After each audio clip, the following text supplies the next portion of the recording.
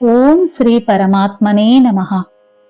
క్రిందటి శ్లోకాలలో సమబుద్ధి రూప కర్మ యోగమును, దాని ఫలము యొక్క మహత్వమును తెలిపెను పరమాత్మ.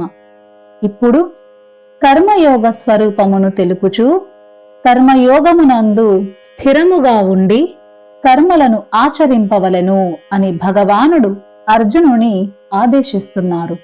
కర్మణ్యేవాధికారస్తే మా ఫలేషు కదాచన మా కర్మ ఫలహేతుర్భూః మా తే సంగోస్త్వ కర్మణి.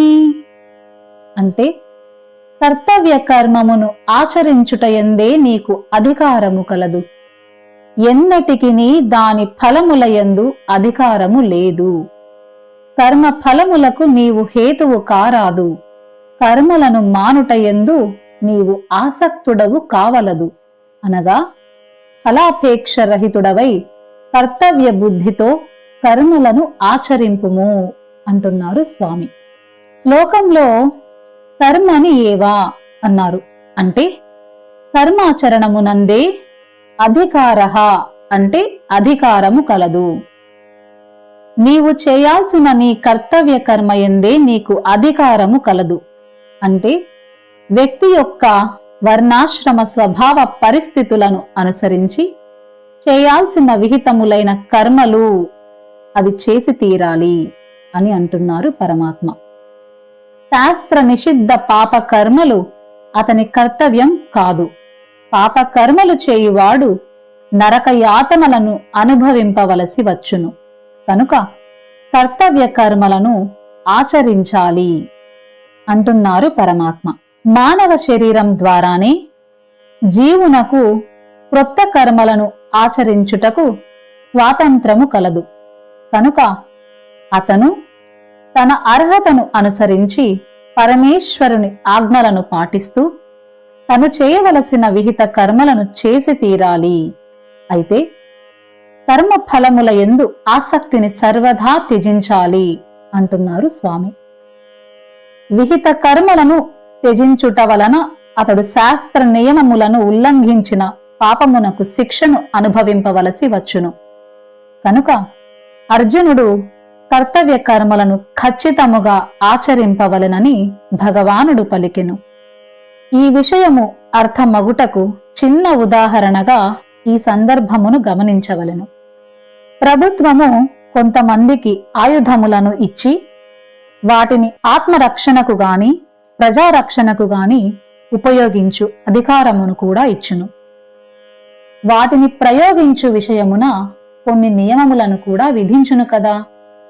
ఏ వ్యక్తి అయినా కూడా ఆ అధికారమును దుర్వినియోగము చేసినచో అతనికి శిక్ష విధింపబడుటయే కాక అతని అధికారములను తీసివేయబడును.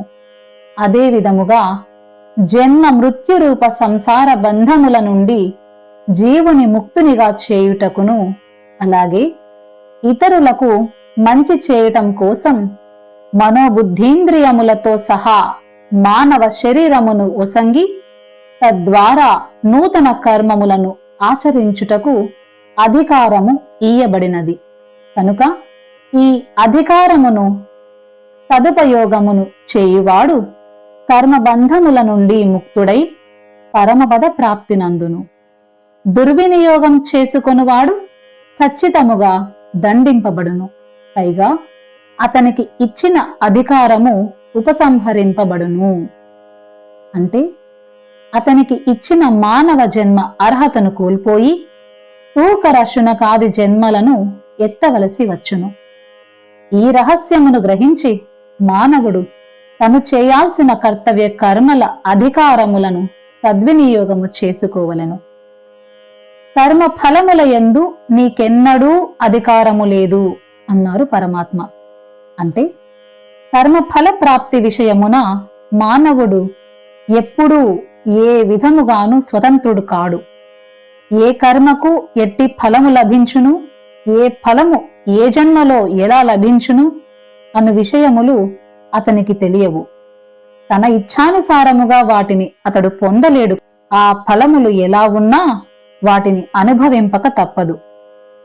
చాలా మంది అనేక రకాల భోగానుభవములను కోరుకొందురు. కాని వాటిని అనుభవించు యోగము వారి చేతులలో ఉండదు. కర్మ ఫలములను నియంత్రించువాడు సర్వదా విధాతయే. ఈ విషయములో మనుష్యుని సంకల్పములు ఏవీ పనిచేయవు. శాస్త్రీయములైన యజ్ఞానుష్ఠానములను పూర్తి చేసి వాటి ఫలములను పొందుటకు ఒక నిశ్చితమైన విధానము కలదు. అలాంటి కర్మలను సకామ పురుషులు చేయగలరు. కాని వాటి ఫలములు ఆ కర్మలను ఆచరించు వారి ఆధీనములో ఉండవు. అవి దేవతల ఆధీనములో ఉండును. కనుక ప్రత్యేకమైన వస్తువుల కోసం, ధనం కోసం, కీర్తి ప్రతిష్టల కోసం, స్వర్గలోకముల ప్రాప్తి కోసం కోరుకొనుట అజ్ఞానమే అగును. పైగా అవి అనిత్యములు. కనుక అలాంటి ఫలేచ్ఛలను కోరడం తగదని భగవానుడు తెలుపుతున్నారు. శ్లోకంలో కర్మ ఫలహేతువు కావలదు అన్నారు. అంటే మనోబుద్ధీంద్రియముల ద్వారా చేయబడు శాస్త్ర విహిత కర్మల ఫలముల యందును ఆసక్తి, వాసనలు, ఆశలు, స్పృహలు, కోరికలు కలిగి ఉండటం కర్మ ఫలహేతువగుట అగును. కనుక అలా ఉండవద్దు అంటున్నారు పరమాత్మ. అంటే కర్మ ఫలితాల మీద కోరిక ఎప్పటికీ వద్దు అని అర్థం. పాపకర్మల ప్రవృత్తికి హేతువు ఆసక్తియే. కనుక మమతాసక్తులు, కోరికలు సర్వదా దూరమైన పిమ్మట నూతన పాపకర్మలు అతని వలన కలుగనే కలగవు.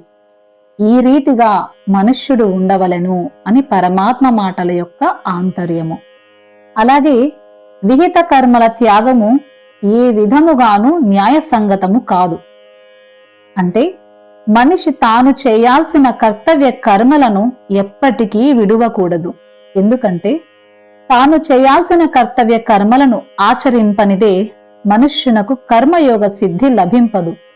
అందుకే నీవు కర్మ ఫలములకు హేతువు కావలదు, కర్మను మానుటయందు ఆసక్తుడవు కారాదు అని శ్రీకృష్ణ పరమాత్మ పలికెను.